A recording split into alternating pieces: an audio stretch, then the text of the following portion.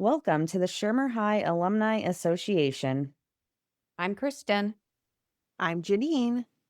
And I'm Carole. And we rewatch movies from the 80s to determine, did that age well? This week's movie is E.T., the Extra-Terrestrial. The red hoodie, hide your alien in the closet and prepare to cry over a glowing finger like it's totally normal, feel good, iconic 80s gem. Let's go phone home and figure out how Steven Spielberg made a wrinkly little alien one of the most lovable characters of all time. Join us as we rewind, rewatch, and remember the decade that shaped us.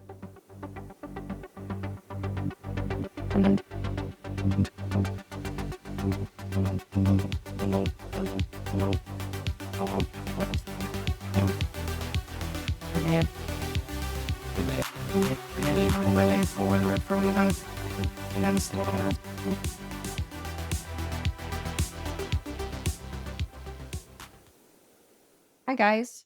Hello, all. How are you doing? Kristin, Hi, Jeannine. how are you? I'm great. Awesome. Hi, Hi. Carole. How you guys Hi, doing out Jeannine. there? We're How are you? surviving. Everything's very white. And cold. Yeah, I yeah. have 2 more months of it. Yay. Maybe, yeah. It's hard to tell with Cleveland. It's a crapshoot. Every day is a surprise. We've had multiple Februaries where we've been out on the bike. We've had St. Patrick's Days that were No, 80s. that doesn't look like this winter, though. That's not the attitude we're looking for Oh, here, I'm Kristin. sorry. I'm Yeah. done. We need to be a little bit more positive. We're looking for this global warming. Yes. St. Patrick's Day is going to be beautiful this year. Yeah, it's going to be the 80s and sunny. Yep. And Easter will be amazing. Yes. Beautiful. No snow. Nope, not at all. No, none. So this week we got to rewatch the absolute classic E.T. And if you, again, have been living under an absolute gigantic rock, here's what it's about. After a gentle alien becomes stranded on Earth, the being is discovered and befriended by a young boy named Elliot, played by Henry Thomas. Bringing the extraterrestrial into a suburban California house, Elliot introduces E.T., as the alien is dubbed, to his brother and little sister, Gertie, played by Drew Barrymore, and the children decide to keep its existence a secret. Soon, however, E.T. falls ill, resulting in government intervention and a dire situation for both Elliot and the alien. So what do you guys remember about this movie when you were kids? I remember seeing it in the theater. Really? Yes. Okay. I've watched it 3 times this week. So I the love first that. day I watched it, just that intro, I was like, oh my, so Jeannine, you were probably there too. Yeah. But I was like, I was in a theater when I saw this. And it came out in the right year that Dad would have taken us to something like this. Yeah. So it was Absolutely. released June 11th, 1982. Yeah. So that would have made me what, 2nd grade? And I was 8 months old. So that's what it brought for me. And then there's a few key scenes. I'll point them out where it was like, oh my God, I remember this feeling. It was like some core memories were unlocked. Yes. From seeing it in the theater or just in general? I think just in general, but just that intro scene was like, oh, I saw this on a movie screen. Cool. Yeah. I like when memories like that pop up. Yeah. I know. Yeah. And it was like, yeah, that sounds like something, especially since John Williams did the score. I'm pretty sure some of these songs were in Star Wars. Similar. Super similar. We'll get into John Williams. Yeah. Yes. So, yeah, I probably haven't seen it in decades. I don't think Same. I've watched it with either of my kids, but Alana says she's seen it. I also have not seen this since I was probably 6 or 7. Yeah, I don't know. And Man, God, it was such a blockbuster. And I know we'll talk about it, but it was like this felt like the first movie that just had merchandising. Maybe outside of Annie. I don't remember where this came out in relation to Annie, but like the merchandise around ET was like insane. Yeah, Insane. everything was ET. Everything. I feel like one of us had an ET sleeping bag or something like that. Oh, yeah, for There sure. was an ET doll. It was Yep. probably Carole's. Yeah, Oh, I bet that was Jeannine's. maybe. She was only 5 when this came It's out. possible. Probably. Yeah, that's true. Might yeah. So it was a lot of Don't blame everything on me. fun. I remember having an Yeah, you were ET doll that was like leather. what? Ooh, Yeah, he was like not leather, but like pleather. sense. Okay. That like pops in my brain. And Annie came out in May of 82, so just a month before. A Oh, month wow. before? That's amazing. Yeah. Wow. So we have Henry Thomas. He was born in 1971. He's an American actor. He began his career in this film, for which he won a Young Artist Award and received a Golden Globe Award, BAFTA Award, and Saturn Award nominations. He struggled with the popularity that he gained in the months following the film's premiere, but he did go on to play roles in Cloak and Dagger, The Haunting of Hill House, and The Fall of the House of Usher. In addition, he had a CBS receipt of movies and TV shows, none of which any of us have ever heard of. He's been married 3 times and he has 3 children, Is he a realtor? most likely. That's actually a good question because something did tell us. It wasn't realtor, but Insurance broker? I know. I don't know what he does now.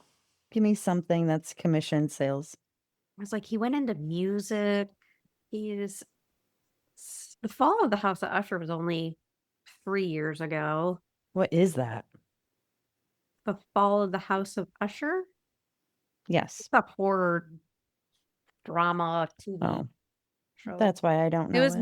it was a Netflix show. Ah, Yeah. Well, it looks like he's still acting. well, good for you, Henry Thomas. I love that for you. Just cute as a button. He Mhm. is. Henry Thomas played Elliot in this movie. Yes. We also have Dee Wallace, who was born in 1948. She was an American actress. She's best known for her role as Mary Taylor in this film. Wallace began her career on television appearing in episodes of The Streets of San Francisco, Starsky and Hutch, and Policewoman, before appearing in the box office horror hit films The Stepford Wives and The Hills Have Eyes. Okay. Dee Wallace played Mary Taylor, the single mother of Elliot, Michael, and Gertie. We also have Love that. the lovely Drew Barrymore, who was born in 1975. She's an American actress, producer, talk show host, and a businesswoman. She's a member of the Barrymore family of actors. She has received multiple awards and nominations, including a Golden Globe Award, an Emmy Award, and a BAFTA. She was named one of the 100 most influential people in the world by Time in 2023. Barrymore grew up in West Hollywood until she moved to Sherman Oaks at the age of 7. In her 2015 memoir, Wildflower, she says she spoke like a Valley girl because she grew up in Sherman Oaks. She moved back to West Hollywood on becoming emancipated at the age of 14. In the wake of her sudden stardom, Barrymore endured a notoriously troubled childhood. She was a regular at Studio 54 as a young girl, and her nightlife and constant partying became a popular subject with the media. She was placed in rehab at the age of 13, and she spent 18 months at the Van Nuys Behavioral Health Hospital. A suicide attempt at 14 put her back in rehab, followed by a 3-month stay with the singer David Crosby and his wife. The stay was precipitated, Crosby said. because she needed to be around some people that were committed to sobriety. Barrymore described this period of her life for the little girl lost. After a successful juvenile court petition for emancipation, she moved into her own apartment at the age of 15. Wow. Yeah. That's 15? insane. I can't imagine living on my own at 15. I That's a think if you lot. were Drew Barrymore, you could. You Yeah, know, she was well ahead of her time. Like, she was like partying at Studio 54 when she was 13, 12 That- years old. yeah. Like, Ugh, that's crazy. it is. Yeah. That was a insane 2 years of her life. It's Yeah. nuts. So also in this film, we have music by John Williams, who is notorious for his compositions from Star Wars, Jaws, Jurassic Park, the first 3 Harry Potter films, and so on. His wiki and all bios are absolutely insane. He has the second most Academy Award nominations behind Walt Disney with 54 nominations. He was the Boston Pop's lead conductor from 1980 to 1993. And Like, we took our dad to go see the Cleveland yes, Orchestra perform John Williams. And they performed music from E.T. it Oh, was yeah, sure. awesome. It was beautiful. It was so good. And the Yes. Cleveland Orchestra, in reading his biography, actually debuted one of his pieces back in 1993 or 5, I believe. But he had an original score and the Cleveland Orchestra debuted it. Nice. Wow. Yeah. And he's still alive. He's he? still, yeah, he's still doing stuff. He does like the Super Bowl music, NBC News. The dun dun I don't dun know why dun we're dun dun. surprised because it's like Steven Spielberg's still alive. George Lucas is still alive. I don't know why I'm surprised. Why we were. Yeah, I think he's 91, but like even the composer when we went and saw last year was talking about like then he was talking about having lunch with him in New York or something Yeah, like pretty recently before that. Yeah, he's the goat of composers. he really is. He's amazing. So this movie had a budget of 10.5 million, which okay, Yeah. pretty Yeah. not bad. That's 3 million above John Hughes's average. You'd figure that those flying bikes would have cost at least that much money. Right. The creation of all the animatronics for ET Ye- alone. My God. Yes. Yeah, Yeah. And there were multiple ETs. Yeah. there were. Now, this brought in a box office number of drumroll 797.3 million. That's crazy. Wow. That's absurd. It is absurd. This is why, please tell me E.T. is still a ride. It is. It is. It was never- there, like, when's the last time we were there? When was Uh, that? When we were at Universal? Yeah. And it was a while ago, but it was there. 2016. Good. Yeah, Something but it was like that. there in 2016. I assume. Yeah, I know that. I think it has to be. It's like a classic ride. It better still be there. Because I remember when we would always go to, that sounds bad, but when we went to Florida quite often with Dad's conventions and whatever, always riding the ET ride. And then Yeah, when it's still we, there. It's still Good. there. Yeah. and then when we Adventure. all went 10 years ago now, like the going on that ride brought back a lot of memories from when Well, we were kids going there. It used to say your name at the end, but I think I remember when we were there in 2016, it didn't.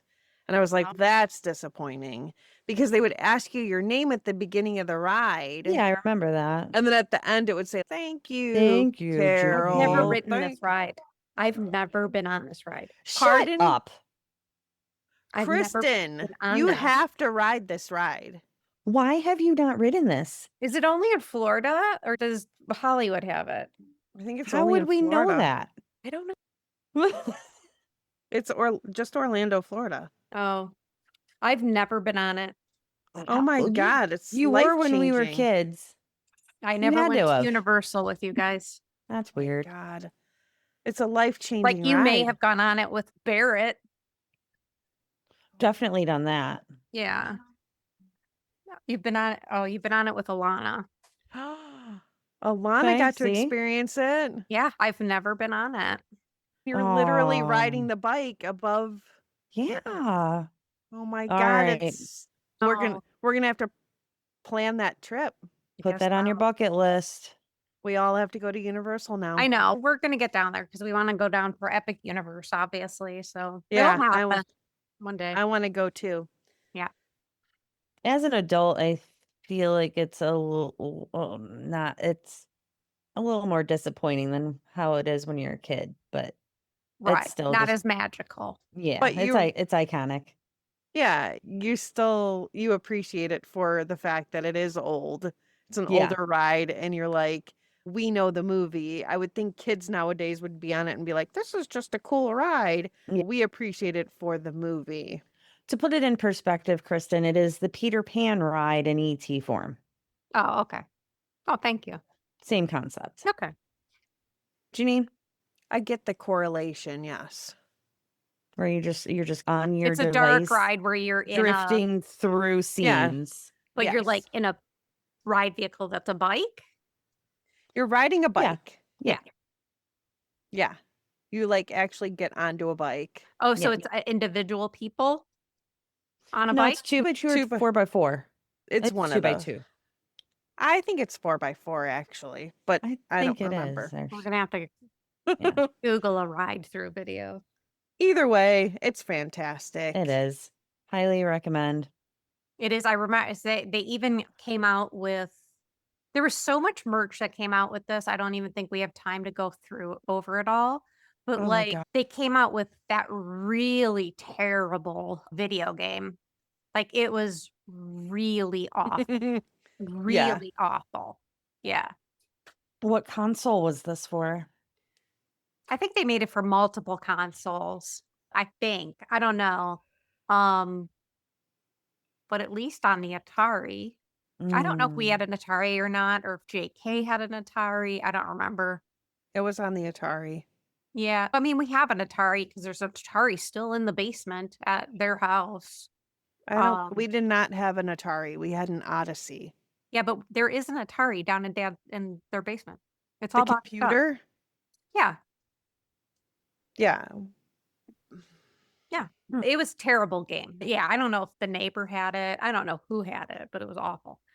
But yeah. So I will Yeah. not be playing that.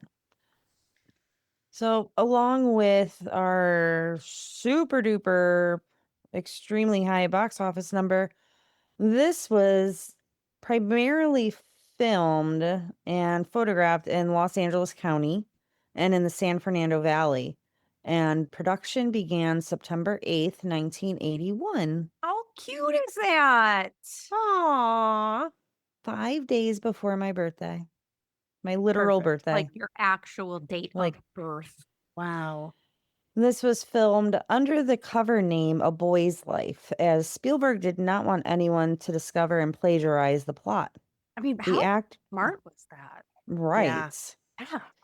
The actors had to read the script behind closed doors, and everyone on set had to wear an ID card. Very smarts. Yeah. Yeah. The shoot began with 2 days at Culver City High School, and the crew spent the next 11 days moving between locations at Northridge and Chagunga. The next 42 days were spent at Laird International Studios in Culver City for the interiors of Elliot's home. The crew shot at a redwood forest near Crescent City in Northern California for the last 6 days of production. The exterior Halloween scene and the flying bicycle chase scenes were filmed in Porter Ranch. So it was a total of about 2 months of filming. It's all good. Any comments on these California sites? No, I think they did a really good job of like the continuity of it was really good. Like how they lived up against the foothills, how that how they would have to get over to get to the forest area. I just think that the continuity of the placement of everything, and I know maybe I'm not making sense because in other movies, it's wait, what? Somehow the continuity doesn't match up. But how they shot this and where it was shot made total sense in the LA area, which is where they live in the movie. Yep. I appreciated that. It's funny you say foothills because in the beginning I was kind of like, is this in Utah? But then he showed us they were in California. Yeah. I wasn't 100% sure until Michael was back in the car out and it had the blue California plates. Oh, I don't yeah, know yeah. if it's made Yes. very clear before that. I don't believe it was. Should we get into it? Yeah, let's do it.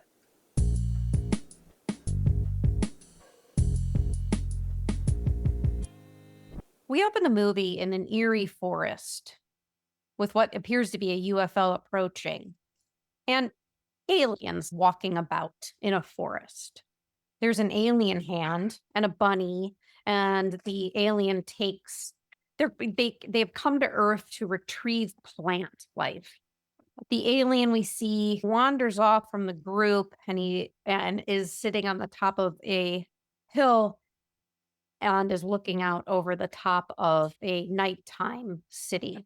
Just then come in just a ton of cars, a ton of trucks, like Wagoneer kind of trucks, all at once come barreling in.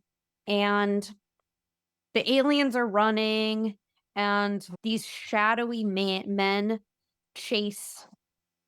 are chasing the alien towards the spaceship. But the spaceship has got to get out of there before being like apprehended. And they accidentally leave behind one of the aliens. The shadowy men are looking everywhere, but they just don't see that anything was left behind. We are at the Taylor household, and there are a group of boys playing Tunnels and Trolls. C. Thomas Howell plays friend Tyler, Michael's friend Tyler, and he's decked out in some sweatbands, and he sounds super high. Super duper high. Yeah, he does. Yeah. Also, who's smoking? Who's the one smoking? Is it Tyler? Is it Mike? Who's smoking? Because I think you could maybe easily go, it was the mothers. You never see the mother with a cigarette in this movie. No. At No. all. And she's not even there. She's not even in No. there. And from what happens, like she ends up in a robe or whatever, like she just came out of a shower or something. And so who's smoking? Yeah. And why is there a can of Raid on the table? One of the Maybe friends. they have bugs. Just interesting Yes. product placement, maybe? I don't know. One of the friends, Greg, appears to be on the phone calling into a radio station to play Papa Umau Mau. Elliot wants to join in on the game, but they will only let him after he goes and gets the pizza from the delivery guy. Elliot gets the pizza and he's walking back to the house. We see the mom and she's in her silky robe, jamming out to Papa Mau Mau. And C. Thomas Howell wants to touch her butt as she's loading the dishes into the dishwasher. Elliot is walking back into the house with the pizza when he hears something in the shed. He throws his baseball into the shed and it is returned to him. It's at that point that he drops the pizza and runs into the house. Meanwhile, the mom is asking how they know who wins this game, this Tunnels and Trolls game. And one of the boys responds, I think it's Steve, maybe, there's no winning. It's like life. You don't win at life. And then Greg goes, money helps. And that's when Elliot runs in claiming that there's something in the shed and that no one should go out there. So, of course, that makes all the boys jump up, they grabbing knives, and Michael's, you stay here, Mom, we'll check it out. And Elliot drags her out with them. They go out to the shed and they do see some footprints. They do see some prints and they think that it's coyotes, which makes sense because they're right there in the foothills. Tyler opens the pizza box and blames Elliot for ruining the pizza. It's just a little jostled, honestly. Yeah, that pizza was totally edible. It was totally out of, they leave it. They just leave it outside and they just all go back in the house. That's a pizza. If that It was a really, Costco I mean, it pizza, really is. I'd go for it. Although I'll argue that California doesn't know how to make pizza. So don't come at me. Elliot returns outside later on, just looking around for whatever may be out there because he has this feeling that it's not coyotes. The next day, Elliot returns to the forest and he scatters around Reese's Pieces. So let's talk about Reese's Pieces in this movie. Ah, yes. Who bought this picture? Universal? Duh. Oh my God, we just talked about that. So I believe it was Universal that wanted to use M&Ms in the movie, and M&M, they were like, no, Yeah. we do not want to be in your movie. We don't think this Bad is move. well Bad at move. all. They go over to Hershey's. Hershey's is, sure, you could use our Reese's Pieces. I feel like that changed the trajectory of Reese's Pieces for the rest of time. Yeah. Like, Yeah. Yeah. great move, M&M. So he's, So like an IBM and Adobe situation. yeah, exactly. Bad Like, move, man. bad move, man.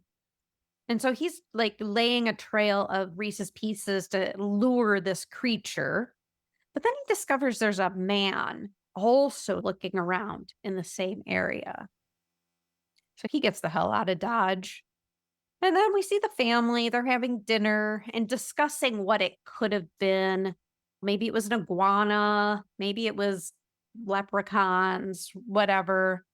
Elliot just knows that it was something, but the family is just passing it off.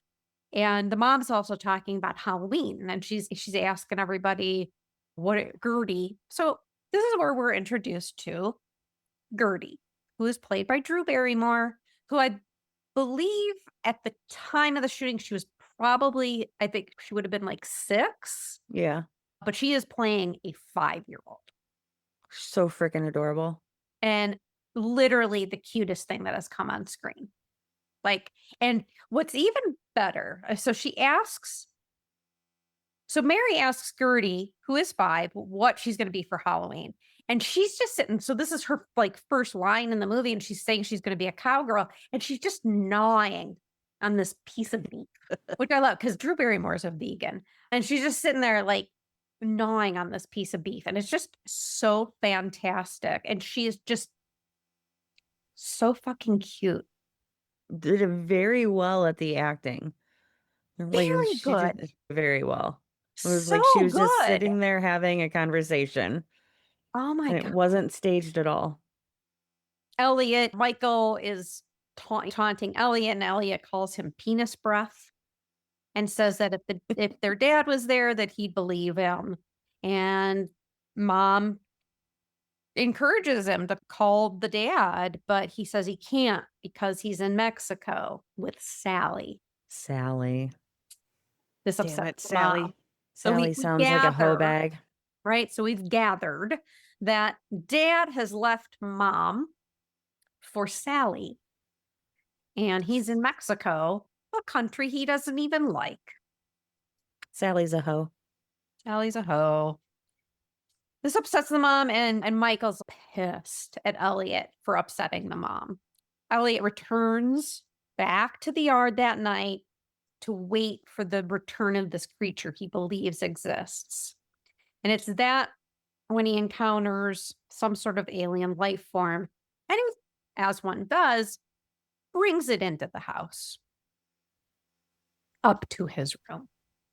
At the same time, there are some shadowy men, again, looking through the forest for the creature, and they find all of those Reese's Pieces gathered into a pile. And the next day, after he has brought the alien creature, he feigns illness to stay home from school. And this is another one of those anthropological things where I don't think you can do this anymore, because then we had mercury thermometers, right? And Yep. you could manipulate the fuck out of those. Mhm. Nowadays, you just generally point something in someone's direction and you get their real temperature. You don't have time to sit with it under your armpit or like under your butt or somewhere to warm it up to Can you a still buy these? I don't think 'Cause I want one. They're the most mercury in them. we survived. Did we? Even if you have mercury fillings, they're like, get rid of those. So that was just one of those things. And he's got the heating pad, which is even more genius if you can get a hold of the heating pad, is that you're heating it up, but you can't heat it up too much, right? Because then you get the nervous mother and you're going to a doctor. Mhm. And it also doesn't help being in a house with a pharmacist and a nurse. True. That you've got to be super precise in the faking of one illness. So he's got the hat. And this is something you would never see today. Mom's going to go to work later. Yeah. Good luck. So how old is Elliot here? 8, 9. That's what I was Yeah. guessing. Nobody's bye. leaving a 9-year-old home today. Oh, Yeah, but she leaves Gertie home alone at one point too. That's bad. Oh, we Yeah. get that. So, I Oh, mean, no, it's a yeah. different time. We'll get to that Yeah. single Yeah, mother and trial and it- tribulation. Oh my Yeah. God. Why didn't she just So- take Gertie with her? Mom goes and Elliot stays home from school that day and he gets time to interact with the creature and he shows him a bunch of like earth things. This is so adorable. It's so cute. Michael returns from school that afternoon and Elliot shows him E.T. It's soon after Michael turns around and he's trying to digest what he's looking at. And Gertie comes running in from where I don't know. Because it's like she just got home, but Mary's not home yet. So I'm not sure. Maybe what she Gertie- got dropped off by a babysitter or something. Sure. She comes running in because I think she wants to show them something. And she sees E.T. and she gives the best scream on the face of the planet. It is so good. And Michael, they try to calm her down and they all move into this gargantuan, like Jack and Jill closet. Later on, we see Gertie and she's somehow gotten like a radio flyer to the second floor of the house. Am I seeing that right? And she's just Yeah. pulling it along. I don't know why, but she is. And she sees this plant in the hallway and she decides to put that on the wagon. And the mom's like, "What are you doing?" And she's like, "Well, I'm going to go play in Elliot's room." And the mom says something to the effect of, "Don't let him beat you up," or something to that effect. And she's like, "Okay, Mary." Yeah. Yes. So funny. So they're feeding him. You know, like you see E.T. just eat. It looks like maybe some watermelon, and she gives him the plant. Is it chrysanthemums? I don't even know what the plant is. I don't even know. It's like marigolds. Are marigolds pink? I don't know, but I think they can be, yeah. maybe they were different types of flowers in there, but it looked like marigolds to me. Still gonna go with chrysanthemums. But, Okay. But what she gives him, so Gertie brings him the plant. He's eating, and the plant she gives him is a dead plant. But she's 5 and she doesn't know anything. There's just this little but there's this little part where she looks below the table and she looks at his feet and they're just the toes are moving. And she's like, "I don't like his feet." And then he calls her a twerp. I was like, "Oh." Yes. So E.T. has his own little bedroom space in this conjoined closet. And he somehow brings that plant back to life. It's daytime and the boys are heading to the bus stop and Elliot is being made fun of by Michael's friends. Greg keeps calling Elliot a Sintus Supremus, which literally means nothing.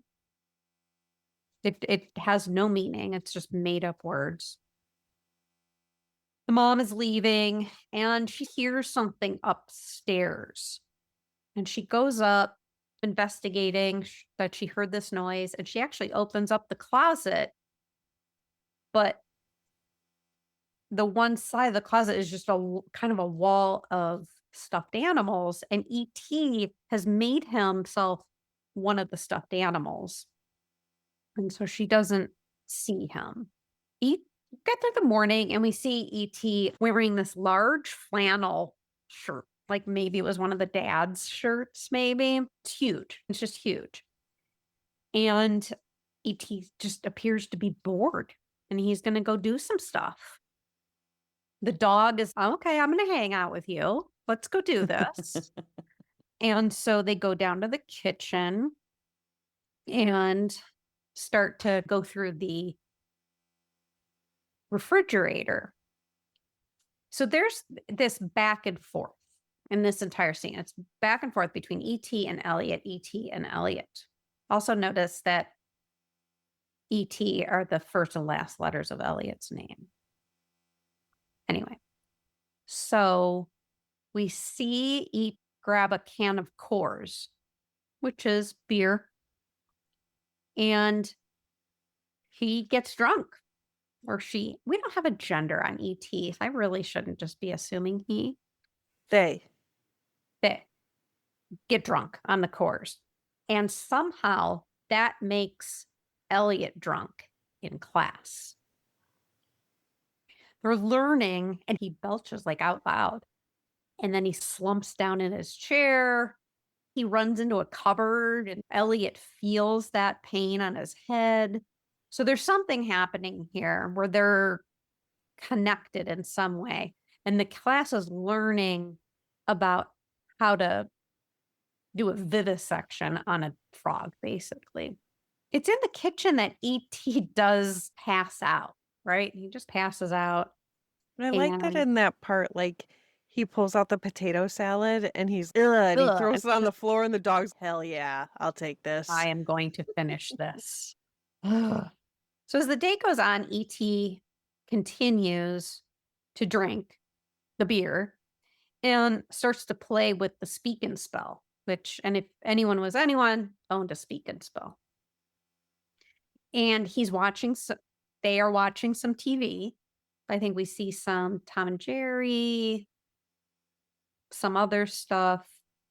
And at the same time, the class is then given chloroform balls to put their frogs to sleep so that they can dissect them. Elliot starts to talk to his frog. He sees a comic strip for a Buck Rogers comic strip. And that comic strip for that day is about alien communications. And E.T. start to put together this idea of there's a phone and this TV show and this comic strip. At the same time, Elliot frees his frog from its confinement. Run for your life. Get out of here. E.T. has disassembled the speak and spell. There are now frogs everywhere. E.T. is watching The Quiet Man, where John Wayne is running after Maureen O'Hara and kisses her, and Elliot does the same exact thing to a classmate of his while all the chaos is ensuing over the release of the frogs.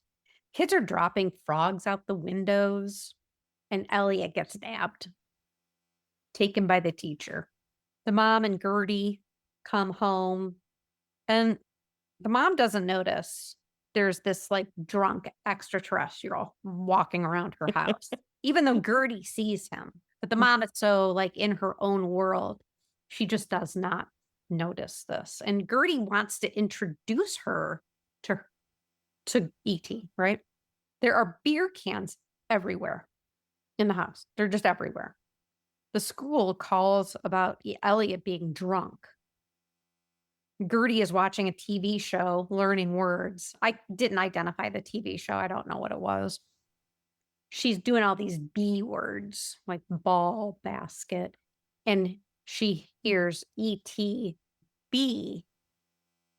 And she goes, oh, good, that's good. And he says B. good, which is what I have tattooed on my body, which is so weird. Because That you love is ET so much. weird. Just because of ET. And so the mom leaves Gertie at home to go get Elliot. Not picks her up and throws her in the car. She's like, you're No. 5. You're fine on your own. Yeah, good luck, buddy. See ya. And basically, Gertie teaches ET how to speak and dresses him up like an old lady. And this is when Yes. Elliot comes home and he's going to his room and he hears Gertie talking and he's, wait a minute, what's happening? And he goes and he opens up the closet door and he sees that ET has been dressed up like a golden girl. I love how he's, And- oh God. Yeah. And this is just such a cute line. And she was like, I taught him how to talk now. He can talk now. Yes. That's adorable. ET shows Elliot the comic strip and they kind of get into this actualization of ET, home, phone. Gertie is like, ET, phone, home. And then we see a sus kidnapper van driving through the neighborhood, just listening in on people's conversations in How their freaking creepy is that? right. Yeah, I didn't know that Like- was an option. Now I'm paranoid. Like, Ooh. how I don't know exactly how they were picking up those signals. Like phone, I could understand, but okay, whatever. So now it's Halloween, and hold on, it's Halloween, and the plan is to get ET out so he can phone home. So they've worked some scientific contraption in which ET should be able to communicate to his home planet or something. E.T. made it. ET did make it, you're right. They leave and they're on the bikes, and ET is just like tweaking. It's just like wide-eyed, and then they just start to fly. And that is where I was like, this is full ass Star Wars music. Like that when they start to fly, I'm like, this is from Star Wars. It's the same composer. Right. Same vein. Thank you. That's what I'm saying. It's like he just reused his own shit. They softly crash. And then we go into this like little short snippet of the mom alone at home, blowing out the candles. And she's just like by herself and sad. And that was sad. It was like, what? I didn't need that. Yeah, it was like, why was she so sad? Because her husband left her for Sally. Her kids were nowhere to be found. Right. So Elliot and ET set up their contraption and the wind starts blowing, I guess exactly in the way it needs to be blowing. And they seem to think that it's working. And then we go back to the house and you see the mom come out into the garage, full ass talking to herself. Like about going to get a pizza. And if your dad was here, like it was weird. It was really like Mary's cool, but like in these couple of scenes, they really just kind of, I don't know, dialed up the crazy on her a little bit, and I didn't like it. So she leaves to go get pizza. We obviously know pizza can be delivered because it was delivered at the beginning of the movie, but she leaves to go get pizza, and shadowy men start walking up towards the house. And they actually go in the house, and that's how you know nobody's home. Because they go in the house and are walking around with a Geiger counter. But so nobody's home. So who's the mom talking about when she like leaves the house? Like that just didn't make sense to me. Who are you grumbling about that you had to go buy pizza for it, but nobody's home? There's nothing happening in the neighborhood, so it seems late. There's no trick or treating happening. Maybe for when they get back, she's going to have to feed them. Yeah, but why? I just don't understand why she's complaining, or she just didn't have it delivered. But we needed her to leave. Maybe they were so busy that they couldn't deliver it that That night could've been because it. everyone was ordering pizza, so she had to go and pick it up. Or she didn't want to wait for the long wait to Maybe get the that's what she was pizza. grumbling about. Or she didn't want to have to pay the delivery fee. They did the other day. That was the kids, So though. these men broke into their house, one, and they're technically supposed to be government, but you don't know this, but you assume it maybe. Elliot and E.T. are in the forest and they're waiting for this spaceship to come. And you can tell Elliot is starting to feel sick. And they fall asleep. And when Elliot wakes up, E.T. is nowhere to be seen. That morning, the mom has also called the police and they are at the house because Elliot never came home the night before. Elliot does return and he is very sickly. He is hot. He's got fever. He looks terrible. And he asks Michael first if E.T. is at the house. When Michael says no, like it's just so sad because he's crying and you have to find him. You have to find him. And then the mom turns to Gertie, the 5-year-old, and asks Gertie to go draw Elliot a bath. Was I this high functioning at 5? Ugh, Of no course you one were. is. Actually, you know what? I do recall changing Carole's diapers. Fuck yeah. But how old were that's you? still, that would have put me at 7. But go draw him a bath. Show me a 5-year-old right now. I just, It's gonna be nobody scalding listens to hot this. or freezing. But have we just gotten dumber as a Yeah, society? pretty much. So Michael leaves the house to go look for E.T. And as he's leaving, it just so happens that a car is like right there and starts following him. And it's like Michael knows that. He knows he's being followed and he's able to like drop them. He loses them. He finds E.T. sick and lying near a creek, and there maybe is a raccoon trying to eat him. We then see these shadowy figures looming in the driveway. Michael gets E.T. home and decides at this point it's time to bring the mom in on what's going on. And this is that core memory. This is the other piece where I was like, I remember this in the movie theater because of how sad it was when the moment he opens that bathroom door and Elliot and E.T. lying on the floor. And Elliot, I love how they do it visually because they've got Elliot in his long underwear, which is grayish white with that kind of grayish white light coming in through the blinds and then the ashiness of E.T. So just the visual of that whole scene is very impactful. The mom thinks this is some sort of joke. She's and they're like, no, this is like legitimately an alien. And she wants everyone removed right now. Let's get out. And they're trying to tell her, like, he's not going to hurt you. This is fine, everything. And you just see he is just ashy. Like it's not good. He is a dehydrated alien. And Mary grabs Gertie and they're running down the stairs. And as that happens, like the front door opens and these astronauts just come into the house from all angles. Yeah. Like these aren't like hazmat suits. These are legit NASA astronaut suits. So it was like, huh? Yeah. did hazmat suits static? But they did because you see other people in hazmat suits later on. So it's just interesting. Are we on the moon? So more, and then you get to the scene where you see more shadowy men walking up the street and they're being followed by vans and cars and shit. By the evening, the whole perimeter of the house has been set up like a science experiment. It's all very science fiction-y. Elliot and he are being examined by doctors. And I think I read somewhere, correct me if I'm wrong, is that they actually brought in real medical professionals for these things. Who knows? Steven Spielberg. And because it was realistic. So it was realistic. And they're talking the talk, but even some of their medical jargon, I'm like, that doesn't make sense.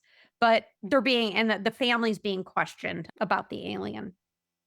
the medical people, the government people, they recognize that E.T. and Elliot are connected to one another somehow. Elliot is approached by a man who is later identified as Keyes, who has been wishing for this since he was 10 years old. And what can they do to help E.T. that they aren't already doing?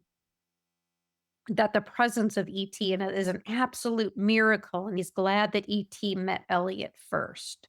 I don't know what this means. I couldn't tell if this Jude was trying to trick him. I know, Or- and then you realize he's legit. Like he's yeah, and I just assumed that him and the mom get married at some point. me too. I was hoping for an ET too. He's Where he got comes back and he's like a groomsman in Mary's wedding. Yeah. Oh, that'd be such a good little fan fiction story. Oh my gosh. So we see Elliot start to stabilize as E.T.'s condition gets worse. E.T. starts saying to Elliot, stay, and kind of closes his eyes into some state of unconsciousness. Witnesses E.T. being shocked with the defibrillator. And then that's like kind of it, because then it's morning and everyone's shipping out. We see Gertie sort of seeing this like part, and then see all these people leaving the house before they've even said that E.T. has died. Yeah, and this is the part where like Elliot is looking at him.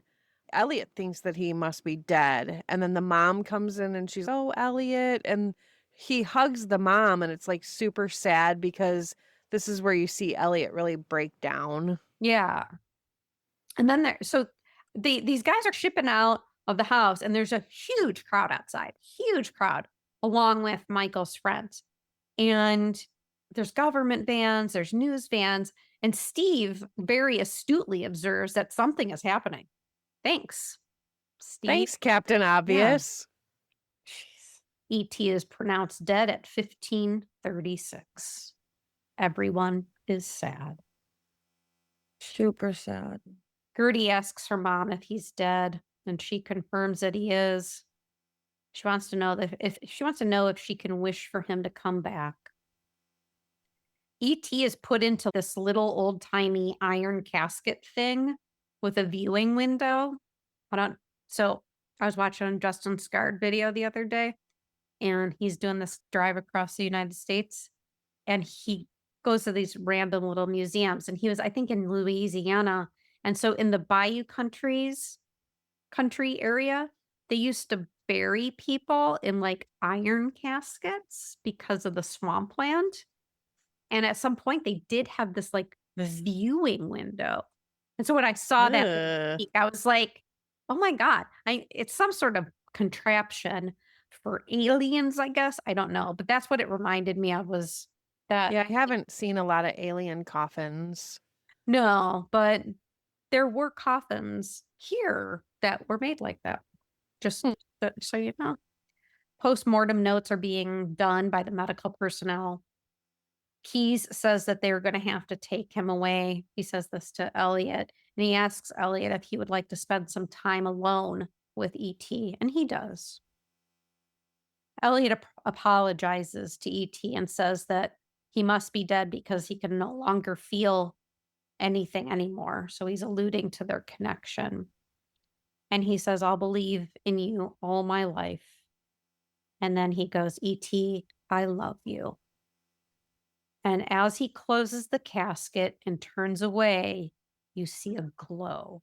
But Elliot does. Was anyone crying up until this point? Oh, it's a little tear jerky. Yeah. It is. Oh, 100%. Yes, absolutely. And as he walks past the dead plant, because the plant is also connected, he like hears and turns and he sees that plant come back to life. He's in disbelief. He's alive. And E.T.'s like, phone help. And Oh, he's saying it a lot. he's like, phone home. Phone And home, phone, ET phone he home, ET phone knows. home, ET phone home. He knows they're coming to get him. So the kids devise a plan. And they get ET out. They devise a plan. And they basically steal the government truck or the kidnapper truck, whichever you want to call it. And they drive off with it. Love it. Gertie has a note to give to the mom. And because she's talking with Keys, right? They're like, we like each other. Gertie has a note. The boys steal it. Okay. So at this point, it's just a long period of chasing. Yeah. Chasing. Let's cut to the chase or the chasing. And it's nighttime and they're back in the forest. The spaceship returns for ET. And there's the point where ET's mouth is open, like his teeth, and they're just so cute. I'm just They like, are. He has adorable ET teeth. adorable ET teeth. Gertie catches up and gives ET the plant, and ET tells her to be good. ET thanks Michael and asks Elliot to come back with them. ET says he has to stay. And they do this kind of ouch thing with their fingers. I'm not sure exactly. Because back when, like, they originally did that ouch, where ET was recognizing that Elliot was hurt. Yeah. So by saying ouch, it means, hey, I'm hurting. You can see ET's heart all lit up. Yeah. And so he points at his heart and he says, ouch. So And then they hug. And if you watch this with the closed captioning on, like I do, that it's in parentheses, purring. yes. And ET points to Elliot's brain and says, I'll be right here. Elliot says, bye. ET picks up the plant and hobbles onto the spaceship. And the dog runs up and runs back down. And the spaceship I was takes very off. afraid for the dog at this I know. point. Does the dog go with him? Back here. I think the dog was also maybe sad. I don't know. Yeah.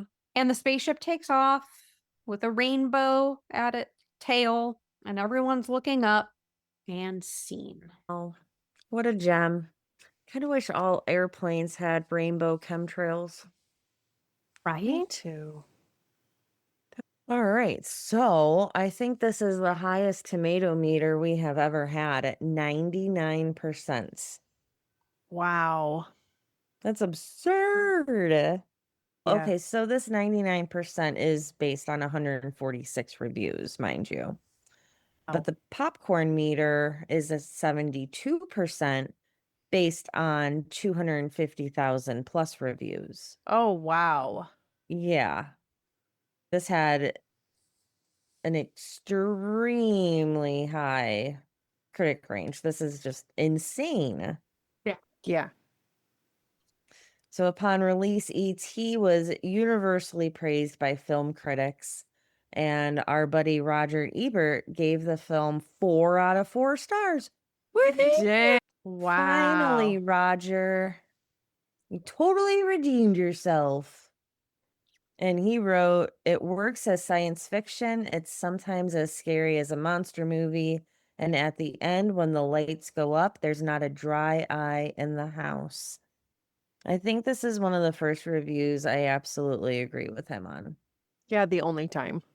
Yeah, it's the only time in what 28 movies we've done? Yeah. Oh, I'm sorry, 32. Oh, shit. Yeah. Something like that. Terminator has 100% score on Rotten Tomatoes. The Terminator? Really? Oh. How many reviews? I don't know. Oh, it no longer has it. Oh, wait, it dropped. Terminator fail. How does it drop? Based on reviews. It's the average. So if you give something 100% and I give it a 50%, its average is 50%.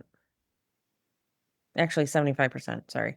Interesting. 150 The decline divided of by 2. Western civilization from 1981 got 100% on the tomato meter and 84% on the popcorn meter. What? I've never heard of it. Me either. So now we have to put it on our list from Great. 1981. Add it to the list. Add It it to must the be good. And if it's not, there's something wrong with us. Exactly. Pauline Kael from The New Yorker wrote, Spielberg respects the conventions of children's stories, and because he does, he's able to create the atmosphere for a mythic experience. Going on to say, Spielberg has earned the tears that some people in the audience and not just children shed. Yeah, that's a good one. On I agree with Metacritic, it her a has, lot, but I agree with that. yeah. On Metacritic, it has been weighted an average score of 92 out of 100 based on 30 reviews. And in addition to the film's wide acclaim, President Ronald Reagan and First Lady Nancy Reagan were moved by it after a screening at the White House June 27th, 1982. I bet that was a bigger movie premiere at the White House than Melania. I'm sure. So this was 2 weeks after it debuted in theaters. That's pretty cool. It was nice of them to do. Princess Diana was in tears after watching it. Yeah, because she's human. And if you have any kind of hearts, Not a cyborg. right, anyone with some sort of semblance of a heart will shed some sort of emotional tear to this movie. And on September 17th, 1982, it was screened at the United Nations, and Spielberg received a UN Peace Medal. So, did he get the Peace Medal based on this movie? Oh, Why would a movie earn you that? Because they were peaceful aliens. Oh, okay. Sounded like they had some spare medals to hand out. Oh, you get a Peace Medal, and you get a Peace Medal. everyone gets a medal. Yeah, we would have to What? research the background on that. Yeah. Okay. And Cinema Score reported that audiences polled during the opening weekend gave the film a rare A+ grade, the first film to earn that grade. So all in all, just an overwhelmingly great response to this movie.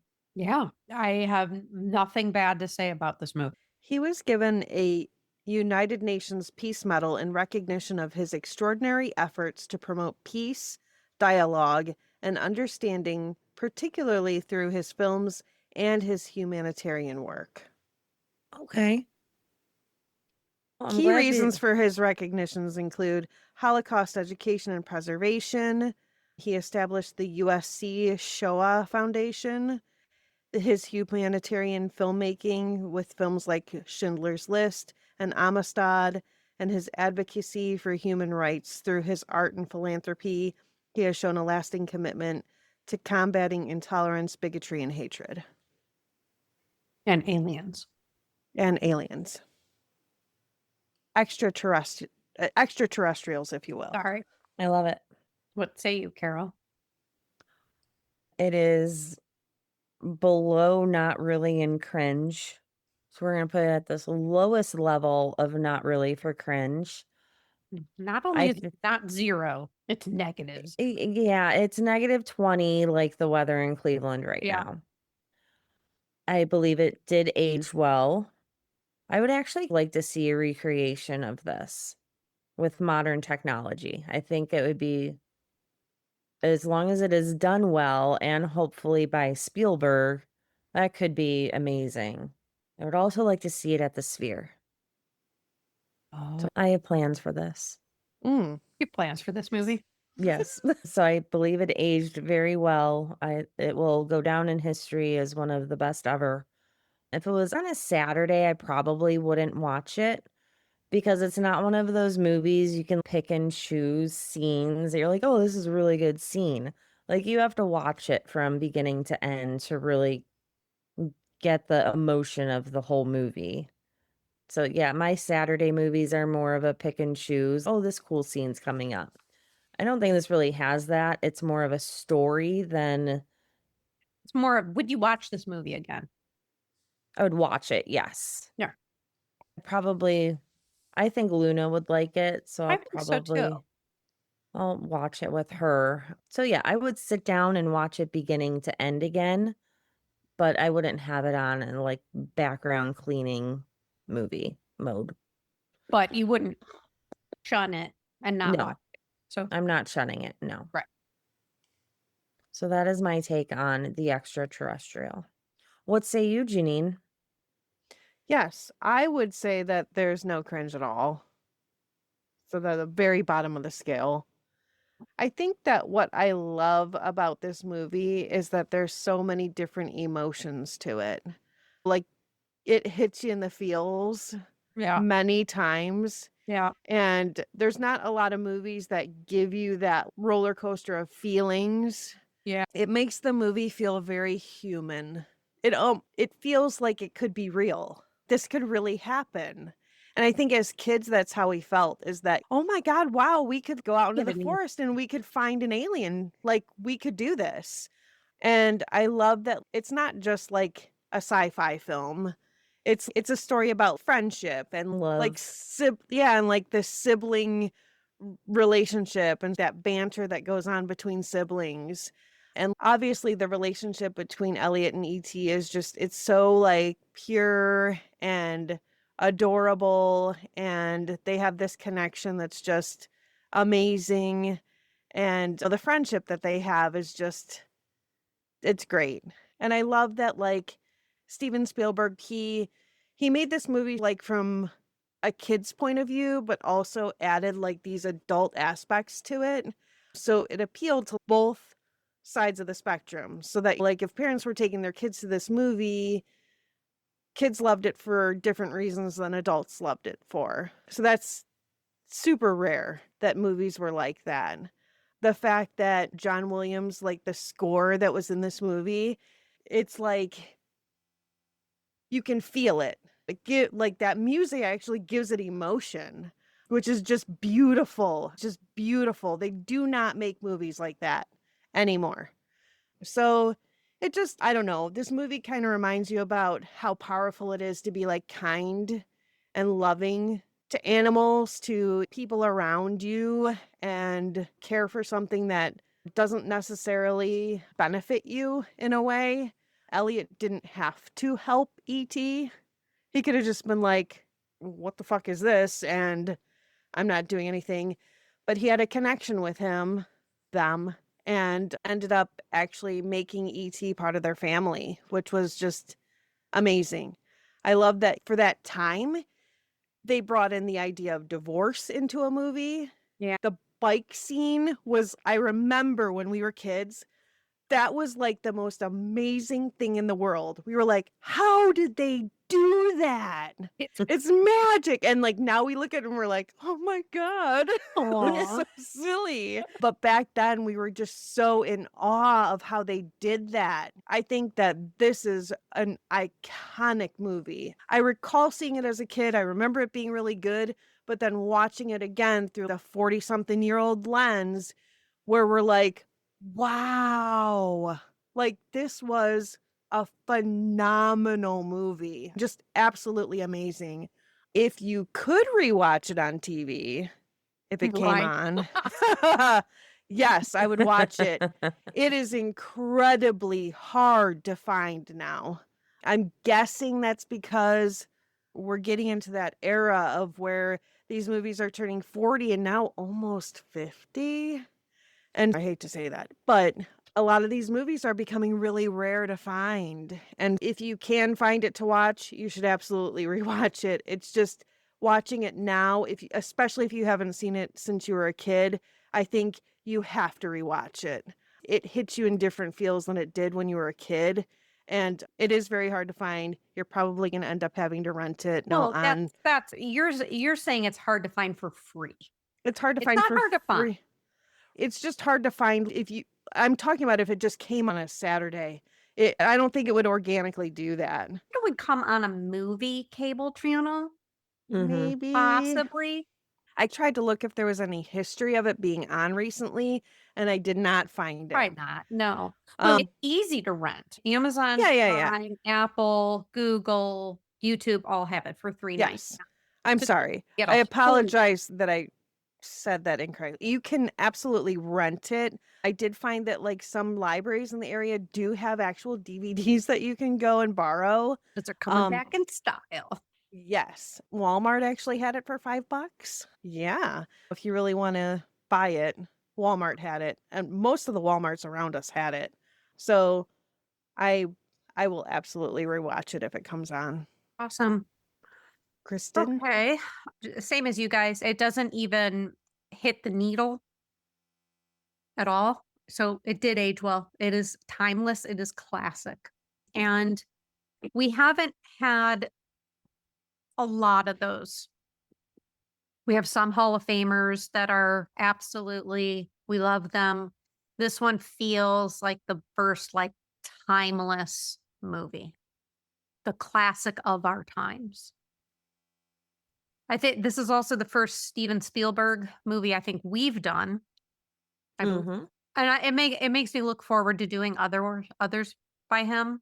I know he didn't write this. Yeah, I mean, he didn't write it, but it is based off of some of his own experiences as a child. It was written by Melissa Matheson, I think. I could be making that up. No, yeah, Melissa Matheson. And she also did The Indian in the Cupboard, and she did the BFG. So she's been around. I think she may have died. Yeah, she passed away during the BFG. Yeah. Aw. So so it doesn't it did age well. It is a classic movie. Am I going to watch it again? I'm going to say yes, but as we But know, like am I going to rent it again? Probably not. But if it came on TV, I would absolutely watch it. awesome. Great reviews all around. Anything else to talk about on this one? I loved it. I loved rewatching it. I thought this was a good one this week. I'm Very glad good we one. rewatched it. Yeah, so am I. Thanks for joining us at the Schirmer High Alumni Association. If you had as much fun as we did, hit follow, leave a review, and share this episode with your fellow 80s movie lovers. Until next time, be kind and don't forget to rewind. Bye. Bye. Bye.